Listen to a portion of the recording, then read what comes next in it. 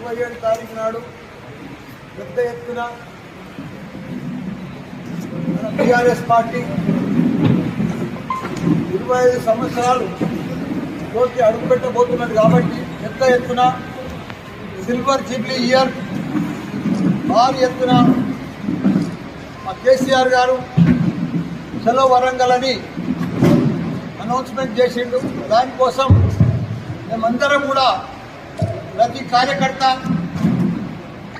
ప్రతి మాజీ మేయర్ కానీ, పార్టీ ప్రెసిడెంట్ కానీ, మాజీ కార్పొరేటర్లు కానీ, మాజీ ఎంపీటీసీలు కానీ, సర్పంచులు కానీ, స్థానిక సీనియర్ నాయకులు కానీ, ఉద్యమకారులు కానీ ప్రతి ఒక్కరు కూడా ఇంటింటికి బొట్టు పెట్టి మనమందరం కూడా, ఎందుకంటే ఈ 15 ఏళ్ల ప్రభుత్వం మనం చూసినాం, వాళ్ళు ఆశ పెట్టి ప్రజలకు వమ్ము చేసి నమ్మకంతో ఏదో మాటలు చెప్పి, మాయ మాటలు చెప్పి వాళ్ళు కాంగ్రెస్ ప్రభుత్వంలోకి వచ్చినప్పటి సంధి కాంగ్రెస్ వచ్చిన సంధి హత్రం పుత్రం అయిపోయింది.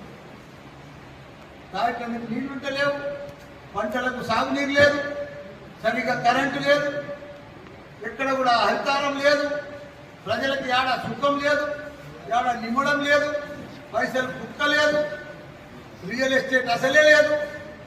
మొత్తం అంత కరోనా కంటే కూడా అధ్వానమైంది. 2 ఏళ్ళు కరోనా వచ్చినప్పుడు కూడా ఇంత అధ్వానం ఎప్పుడు కాదు.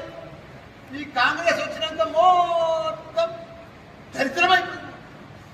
రాష్ట్రమంతా ఎక్కడ కూడా ప్రజలు సుఖం అనేది లేనే లేదు, అసలు పైసలు లేనే లేదు. బంగారం ఒక డిమాండ్ తప్ప ఏ దానికి డిమాండ్ లేదు.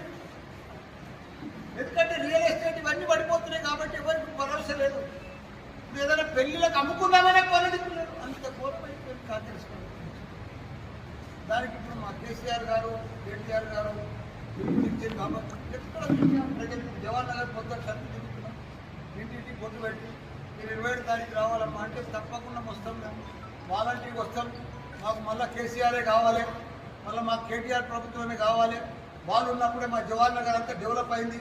మాకు తాగునీరు ఇచ్చిండు, మాకంతా కూడా కరెంట్ ఇచ్చిండు, ఇంటింటికి నల్ల నీళ్ళు ఇచ్చిండు, మాకంతా కూడా 58, 59 జీవోలు తెచ్చిండు, మాకు పెద్ద రిజర్వాయర్లు కట్టించిండు, మాకు అన్ని కూడా రోడ్లు వేపించిండు, డంపింగ్ యార్డ్ వాసన లేకుండా చేసిండు.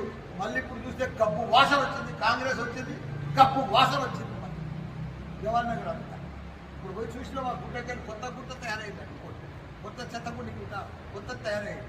అప్పుడు ఉన్నప్పుడు కంట్రోల్ ఉండేది. మేము మన టీఆర్ఎస్ ఉన్నప్పుడు ఇప్పుడు కంట్రోల్ లేదు, ఏం లేదు, భయం.